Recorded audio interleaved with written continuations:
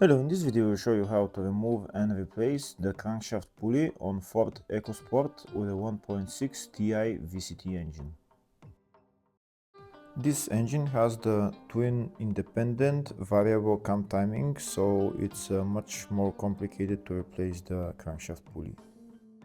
Before removing the crankshaft pulley, first you need to lock the crankshaft and the two camshafts, and then you can remove the crankshaft pulley. The crankshaft sprocket on this engine is not keyed to the crankshaft, so when you remove the timing belt, the crankshaft sprocket is rotating freely. You should have that in mind when replacing the crankshaft pulley or the timing belt. In the video I'll show you the whole procedure of how to replace the crankshaft pulley, but like I said, before removing the crankshaft pulley you need to lock the crankshaft and the two camshafts. The crankshaft pulley and the timing belt and serpentine belt on this car are located on the side of the engine. The crankshaft pulley is the bottom pulley down there. Before being able to remove the crankshaft pulley, first we need to free up the timing belt so that we can put the locking tools on.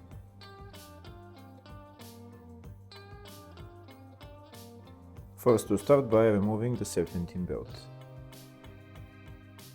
To make it easier to remove the serpentine belt, first we're going to remove this wheel, round hand wheel, and also the wheel arch liner.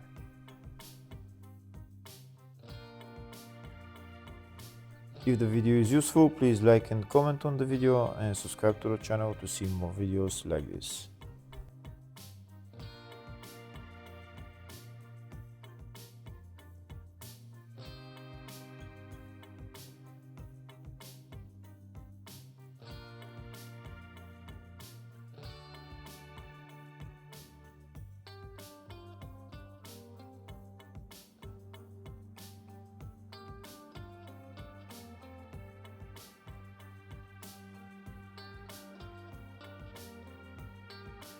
Next we're going to remove the serpentine belt. On this engine there is no serpentine belt tensioner, so we're going to use a ratchet and socket size 18.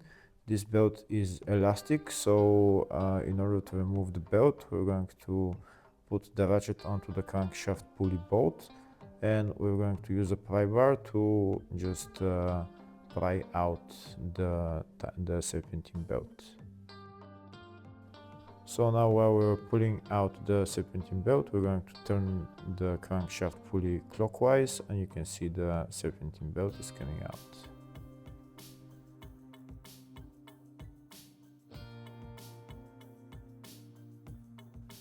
And that's the serpentine belt removed.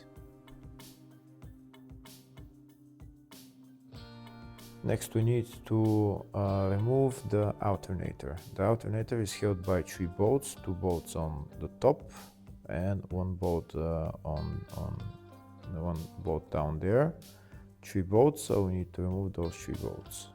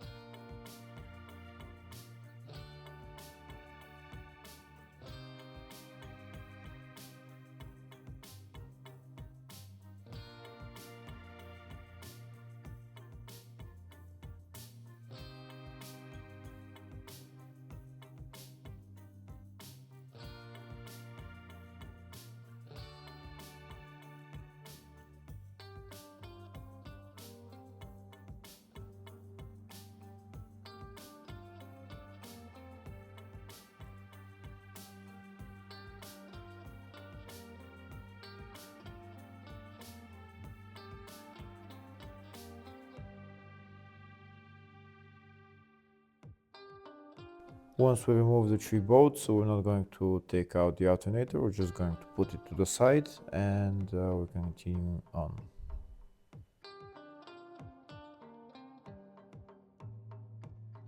Next, we're going to take out the coolant tank and just put it to the side. Don't disconnect any hoses, coolant lines. Just disconnect it, remove it from its place and put it to the side.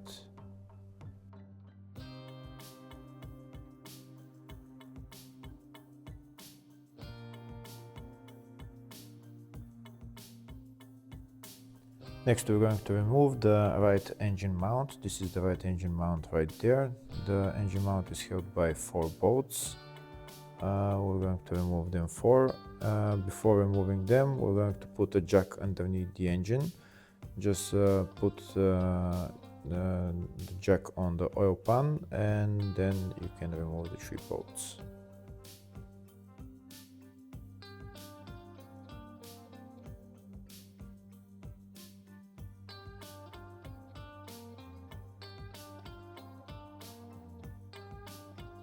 And that's the right engine mount out. Next, we're going to remove the timing belt cover. In order to remove the timing belt cover, these are the bolts that we need to remove. There is 5 or 6 bolts on top and the bottom.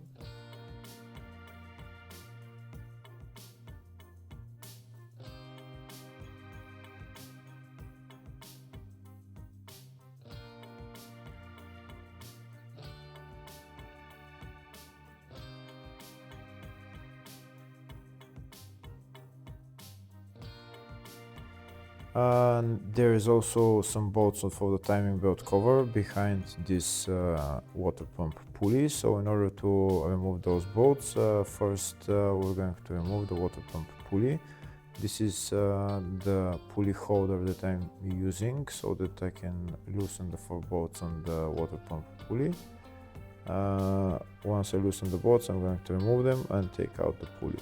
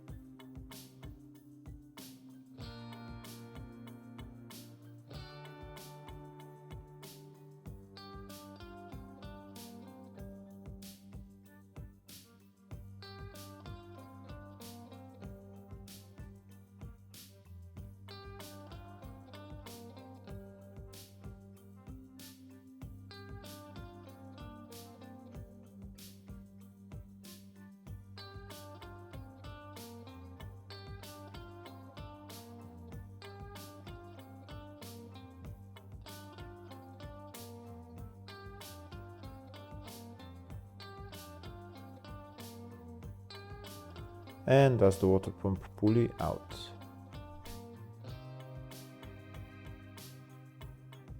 Next, we're going to remove the rest of the bolts for the timing belt cover.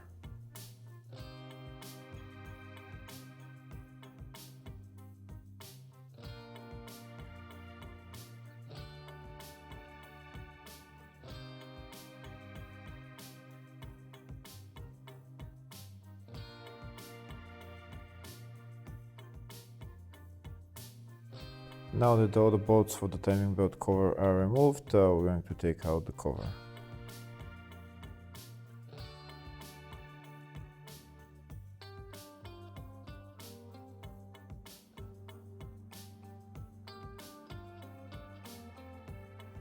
Next, we need to remove the engine mount support, which is right there. The engine mount support is held by 4 bolts. There is 2 bolts here and 2 bolts on this side.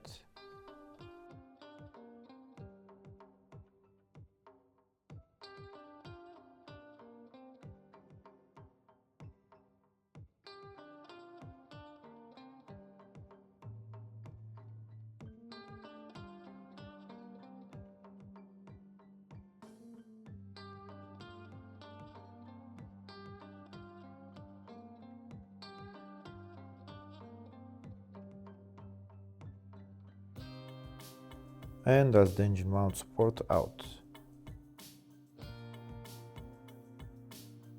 Next I'll show you the timing marks on the 2 camshaft sprockets. The timing mark on this camshaft sprocket is that dot, and on the other camshaft sprocket is this line. So dot on this camshaft sprocket and a line on the other camshaft sprocket. In order for the engine to be in top dead center on number 1 cylinder, this line and the dot need to go to 12 o'clock position. First we need to put them in 11 o'clock position, and so that we can install the locking tool for the crankshaft. Now we're going to turn the crankshaft until those 2 timing marks on the camshaft sprockets go at 11 o'clock position.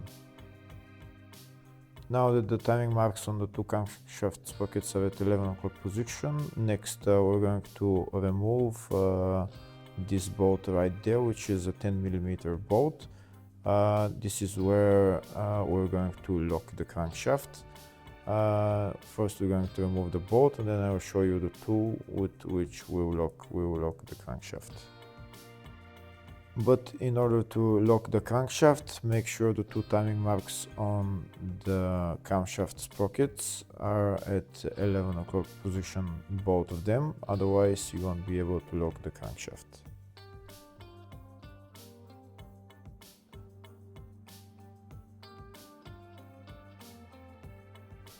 That's the bolt out. Now we're going to put in the locking tool for the crankshaft. This is the whole timing kit for this engine, and this is the locking tool for the crankshaft, and this thing is the locking tool for the 2 camshafts. Now I'll show you that my 2 camshafts, the timing marks on them are at exactly 11 o'clock position. So now that they're at 11 o'clock position, I can install the crankshaft locking tool into the hole and just tighten it. On this engine, the crankshaft sprocket is not keyed to the crankshaft. So in order to replace the timing belt or even only the crankshaft pulley, you need to be following this procedure, otherwise something might happen and you might lose the timing. This is the timing tool for the crankshaft, the locking tool for the crankshaft sprocket. We're going to put it in and turn it clockwise until it tightens. It should go in all the way. Here you can see the locking tool is in all the way. Now that the locking tool is in all the way, I'm going to get my ratchet and turn the crankshaft until the crankshaft stops at this locking tool. When that crankshaft stops at that locking tool, the 2 camshaft sprockets, the timing marks on them will be at exactly 12 o'clock position. Here you can see the 2 timing marks are at 12 o'clock position and the crankshaft can't move anymore. So now the engine is at top dead center on number 1 cylinder. Next I'm going to put the locking tool for the 2 camshafts. You can see on the locking tool there is the line and the dot, and that's exactly how you install it on the 2 camshafts.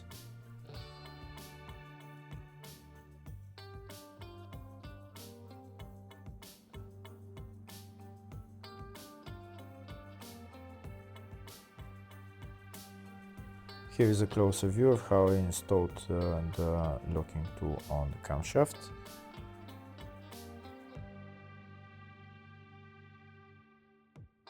Next, I'm going to remove the bolt for the crankshaft pulley. First, I lowered the engine a little bit, and now I'm going to use pneumatic gun to remove the crankshaft pulley bolt. This is the best way to remove the bolt. Next, I'm going to remove the crankshaft, but we can see that the crankshaft is not moving, so I'm going to use a crankshaft pulley tool. In order to use that tool, first I'm going to install the crankshaft pulley bolt again, and then I'm going to use the tool to take out the crankshaft pulley.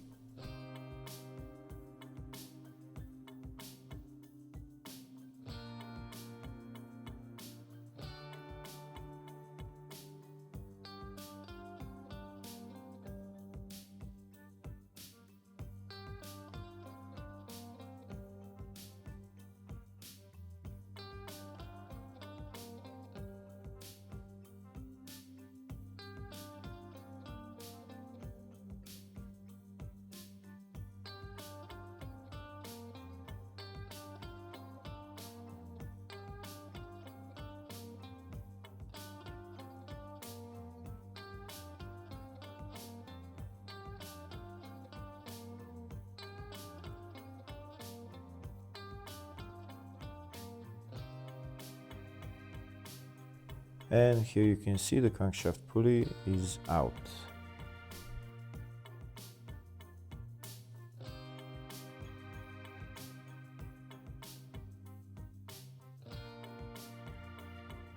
Next, we're going to install the crankshaft pulley bolt again and tighten it. Once the bolt is tightened, we'll use that bolt to try to turn the crankshaft until it touches the locking tool for the crankshaft. Once the crankshaft touches the locking tool, that means that the crankshaft is in the right position.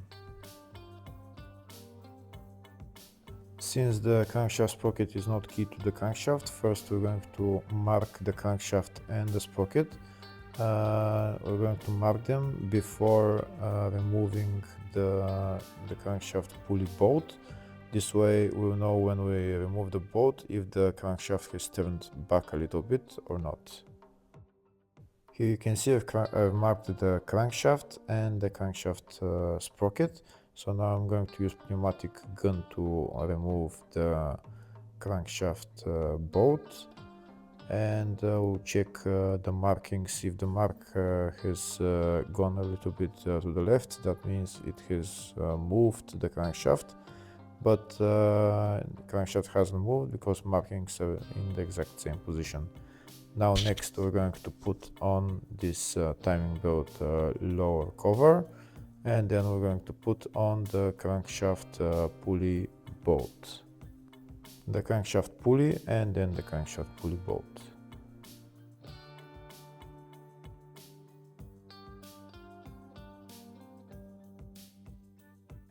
Now we're going to tighten the crankshaft bolt.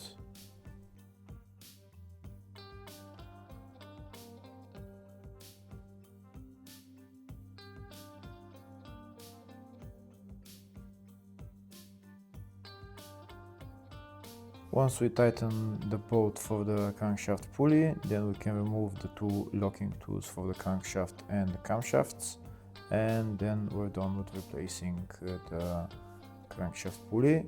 Now the only thing left to do is to assemble everything else in the reverse order. Hopefully the video was helpful. Please like and comment on the video and subscribe to the channel. Thank you.